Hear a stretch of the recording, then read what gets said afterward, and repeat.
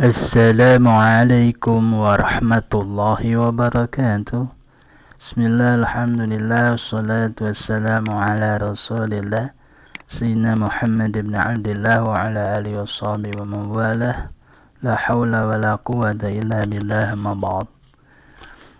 Baik para pembelajar bahasa Arab, dalam video ini kita akan belajar bahasa Arab kefikihan, pembahasan materi di Ad-Darsu As-Sabi'u, pelajaran ke-7, yaitu meliputi al-qiraah, al-mufradat, tadrib al-qiraah, al-qaidah, dan tadrib al-qaidah. Baik, untuk pertemuan ini akan dibahas al-qiraatu terlebih dahulu, yaitu temanya syurutus sholati, syarat-syarat sholat. Ad-Darsu As-Sabi'u, Ad-Darsu pelajaran As-Sabi'u yang ke-7, syurutus sholati, syarat-syarat as-sholati sholat. Al-qiraatu, bacaannya. Syaraitu, syarat-syarat. Adapun syarat-syarat wujubi, wajibnya as-sholati, sholat. Salah satu, ada 3 asya'a, macam, ada 3 macam atau ada 3 hal. Seseorang diwajibkan sholat, manusia itu. Pertama, Islam. Kalau mau sholat harus Islam dulu. Nilai sholatnya bernilai di sisi Allah Subhanahu wa ta'ala. Kalau belum Islam, belum bernilai. Wal bulughu, baligh, sudah balik. Surutul bulugh ada tersendiri, syarat-syaratnya balik itu seperti apa ya. Kalau manusia perempuan umurnya sudah 9 tahun hijriah atau sudah keluar haid atau mimpi basah. Untuk manusia laki-laki umur 15 tahun hijriah terus sudah mimpi basah atau keluar mani, itu namanya balik, dan seterusnya nanti dibahas tersendiri. Terus, kalau sudah balik maka wajib sholat. Kalau belum, ya tidak wajib. Mau sholat ya monggo belajar. Ya. Yang ketiga, al-aqlu, berakal. Harus sadar, tidak sedang mabuk, ya. Mabuk berat, nggak tahu apa-apa. Terus pingsan, tidur, itu tidak wajib. Ini tidak wajib sholat, harus berakal, sadar. Wawa, berakal ini adalah hadu taklifi, batasan, taklif, batasan, dibebani kewajiban sholat ya. Wasyara itu, dan syarat-syarat as-sholati, adapun syarat-syarat sholat, qabla, sebelum, adukhuli, masuk, fiha, di dalam sholat, khamsatu, ada 5 asya'a, macam, ada 5 hal atau 5 macam. Sebelum melakukan sholat ya, disyaratkan adanya 5 hal, 5 macam perkara. Disyaratkan melakukan 5 hal terlebih dahulu. Yang pertama, taharatu, bersuci atau sucinya al-adhai, anggota badan. Anggota badan harus suci, minah hadasi, dari al-hadasi, hadas ya. Hadas suci dengan berwudu, menggunakan air suci, mensucikan. Kalau tidak ada air, tayamum. Kalau hadas kecil, hadas besar dengan mandi wajib ya, karena ada 2 hadas kecil, ada hadas besar. Terus suci, bersih dari najis. Najis dibersihkan dengan istinja ya. Kalau BAB istinja cebok ya, bercebok. Kalau BAK, BAB cebok istinja namanya, BAK maupun BAB itu istinja pakai cewek atau menggebyur ya. Yang keluar najis itu yaitu kemaluannya. Kalau BAB buang air besar itu belakangnya di belakangnya digebyur yang tempat keluar najisnya atau anus ya namanya, lubang. Nah, kalau najis ini dibersihkan istinja, belum suci karena masih hadas. Nah, hadasnya ini yang disucikan dengan wudhu atau mandi besar.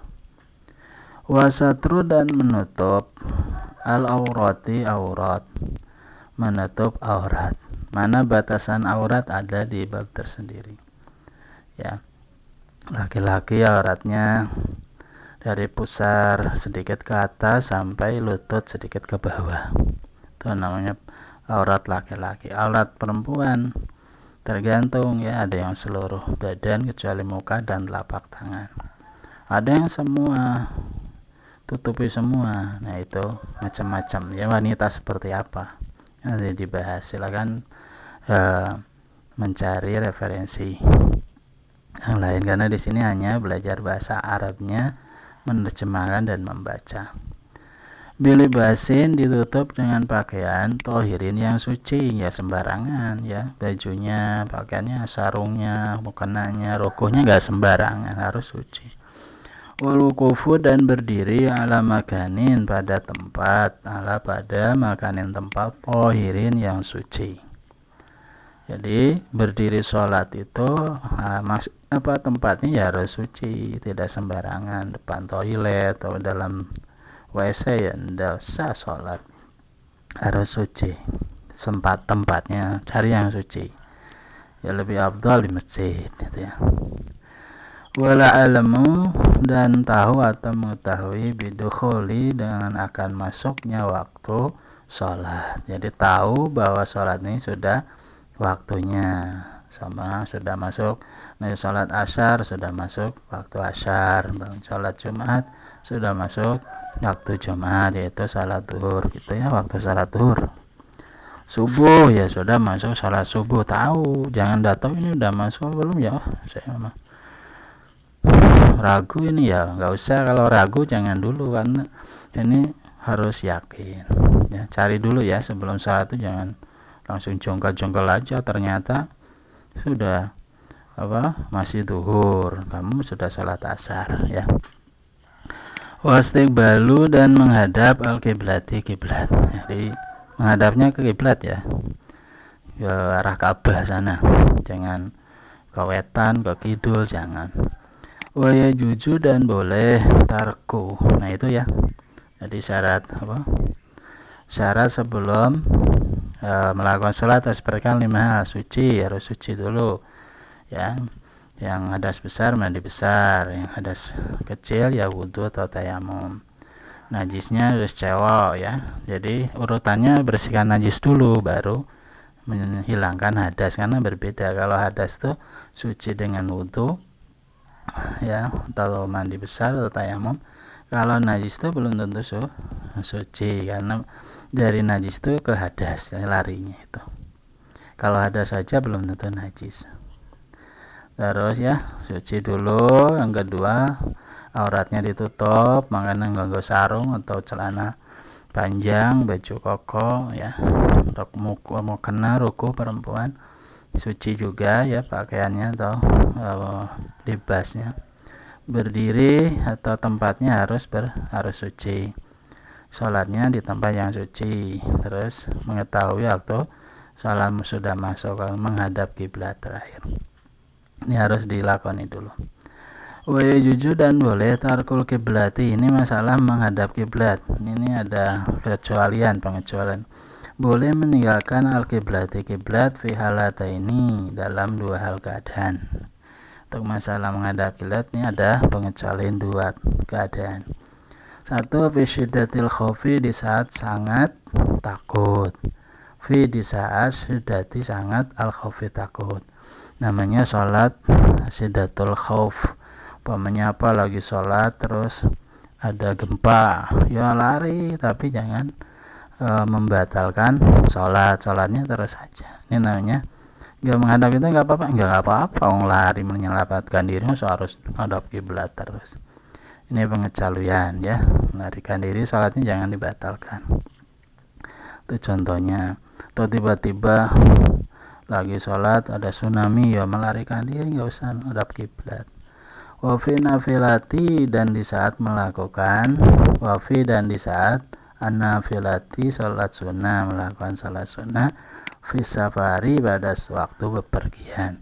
Kedua, kalau sholat sunnah ya pada waktu pergian itu nggak menghadap kiblat nggak apa-apa. Umpamanya naik bis mau ke Surabaya ya, sudah maghrib di jalan, tapi sopirnya tidak berhenti di masjid memencet sholat atau di restoran, nah sholat saja ya di dalam bis lah, tapi kan menghadapnya ke timur ya tidak apa-apa. Ini ada pengecualian, boleh boleh nggak menghadap kiblat ketika bepergian ya, sholat sunnah. Tapi kalau sholat wajib ya